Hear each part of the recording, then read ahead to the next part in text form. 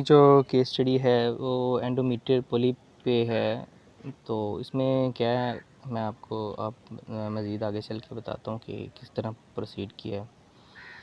अच्छा, इसमें ना था कुछ इस तरह के एक फ़ीमेल स्टैफर्डशायर बुल टेरियर लाया गया था। 9 साल उसकी उम्र थी और 14 किलो का उसका वज़न था तकरीबन। उसको कंप्लेन किया गया थी, उसको स्टैंग यूरिया था, टेनिसमस और एब्डोमेन काफ़ी 6 हफ्ते से काफ़ी बड़ा हो गया था और पिछले 1 हफ्ते से ना बिल्कुल उसको भूख नहीं लग रही थी। तो रिप्रोडक्टिव हिस्ट्री क्या है उसकी, पिछले 5 साल में उसने 2 जो हैं वो लीटर दिए हैं। एस्ट्रस जो है वो इसके तकरीबन इस इंसिडेंट से 12 हफ्ते पहले लास्ट एस्ट्रस उसने शो किया था। उसके बाद जो है वजाइनल डिस्चार्ज में क्या आता था, क्लाउडी मिकोइड, ये भी 2 पोस्ट एस्ट्रस 2 वीक पहले था, क्लाउडी और मिकोइड। उसके बाद आगे क्लिनिकल फाइंडिंग में जो है चेक किया था स्टडी में के मुताबिक, एब्डोमेन जो था वो डिस्टेंटेड था, मतलब काफ़ी फूला हुआ था और डिस्चार्ज था मिकोइड वजाइनल डिस्चार्ज, उसमें से था मिकोइड।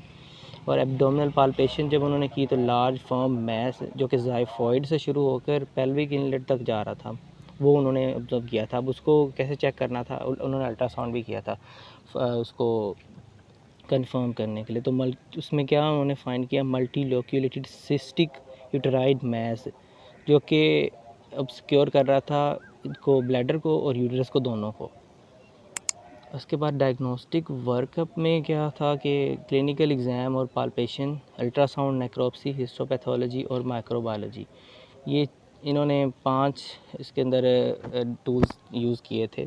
क्लिनिकल एग्ज़ाम में क्या मैस डिटेक्ट किया उन्होंने, अल्ट्रासाउंड में फ्लूइड फिल्ड मल्टीलोक्यूलेटेड मैस जो कि मतलब वो ज़ाइफॉइड से उधर तक था, कहाँ तक बोला, पेल्विक इनलेट तक।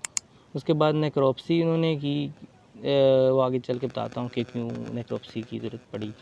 Large intraluminal uterine mass compressing rectum और ब्लैडर और यूरेथ्रा, पहले जब हमने बात की कि वो ऑब्स्क्योर कर रहा था, तो ये इन तीनों को ऑब्स्क्योर कर रहा था, इतना बड़ा मैस उन्होंने उसमें फाइंड किया था। हिस्टोपैथोलॉजी में क्या था कि cystic fibrovascular tissues, squamous metaplasia और हाइपरप्लेजिया, ये इन्होंने इसमें हिस्टोपैथोलॉजी में किया था। माइक्रोबायोलॉजी में कल्चर से था वो नेगेटिव थे, पॉजिटिव कोई नहीं था। उसके बाद डायग्नोसिस की तरफ काम, endometrial polyp with mild endometrial hyperplasia, ये उन्होंने इसमें डायग्नोसिस में किया था। अब डायग्नोसिस को कंफर्म करने के लिए हमें डिफरेंशियल डायग्नोसिस भी तो करने होते हैं डायग्नोसिस देने से पहले। उसमें क्या था कि वो कहते थे या तो हो सकता है पॉलीप्लॉइड एडिनोमायोमास या यूटेराइन लियोमायोमास, यूटेराइन हेमेंजियोसार्कोमा या फिर पायोमेट्रा। अब पॉलीप्लॉइड एडिनोमायोमास में क्या था भला, ये जो होते हैं ना ये बेनाइन होते हैं लेकिन ग्लैंडुलर नहीं होते। ये जो हमारा केस है, ये पोलिप जो थी ना ये भी बेनाइन थे, लेकिन इसमें ये बेनाइन तो हैं लेकिन साथ साथ ये ग्लैंडुलर भी हैं। दूसरा ये लियोमायोमास यूटेराइन वाले जो कि स्मूथ मसल ट्यूमर्स हैं और मेलिग्नेंट ट्यूमर्स हैं, जैसा कि हेमेंजियोसार्कोमा। और पायोमेट्रा को भी हमें ज़हन में रखना पड़ेगा, लेकिन ये इस केस में ये जो है पायोमेट्रा नहीं था। ये एसोसिएटेड होता है यूट्राइन पोलिप के साथ, लेकिन ये इस केस में नहीं था।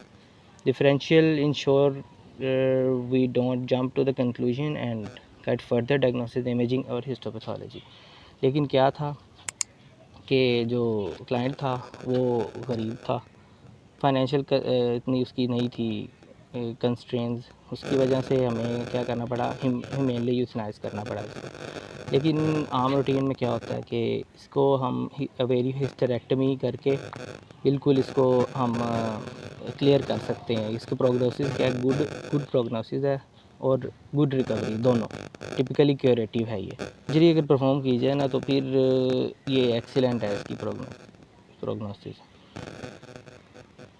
उसके बाद एपिडेमोलॉजी की बात करें तो एपिडेमोलॉजी में क्या है कि अनकॉमन है डॉग में with an estimated prevalence of about 3% in ovarian hysterectomy cases. Average age at the presentation is around 9 years, which matches our case perfectly. There is no non-breed predisposition. अच्छा, उसके बाद pathogenesis पे आ जाते हैं। Pathogenesis में क्या था?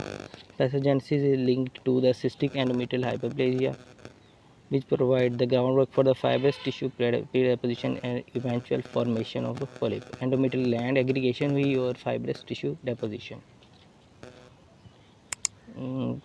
सब में बस इतना तक था मेरा उसमें जो था। अब कोई क्वेश्चन हो तो आप बता सकते हैं।